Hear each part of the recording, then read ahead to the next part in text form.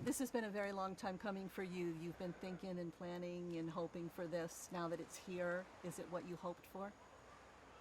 This is what I hope for and more, because the truth is I wanted to make a good movie for the audience and showcase not only my culture,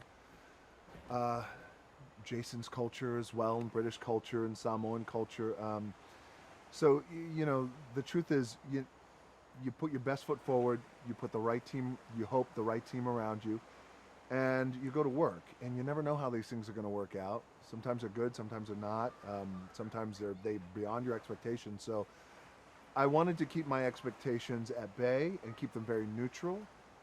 But being here today, back in the islands of Hawaii, here in Kauai, where we shot the movie Hobbs Shaw, the reaction from the press, the reaction from the fans, it's very, very gratifying, and I'm so happy. And not only that, but I am so happy that so many people have been moved by the showcasing of our Samoan culture and who were so unfamiliar with Samoan culture. And interestingly enough, and beautifully enough, they have identified with Samoan culture as, oh, it's just like my culture too, when we talk to people around the world. It's very special. Family is family, and that's Family a is theme you family. carried through here. We get to meet more of Hobbs' family, which is very cool. A wonderful group of brothers. Did you have a good time with them? I had a great time with all my brothers, and you know, the idea that Hobbs is going back home to his brothers, and many of them are bigger than Hobbs, was always very entertaining to me, but also very special. I'm an only child, and I didn't grow up in a big family, so the fact that I was able to have this big family and all brothers, one of which is my cousin, Joanna Wa'i, Roman Reigns, was very, very special and just very cool, just very cool. So I had a great time with everybody. It was really important, I know, that you keep this in the Fast universe, but with David, you took it and you made it something, Sure. something else. What's that something else? Well, it was very important that we paid homage and delivered a movie that still had a sense of reverence to the Fast and Furious world, that had big action set pieces, cool cars, cool characters, kick-ass men and women.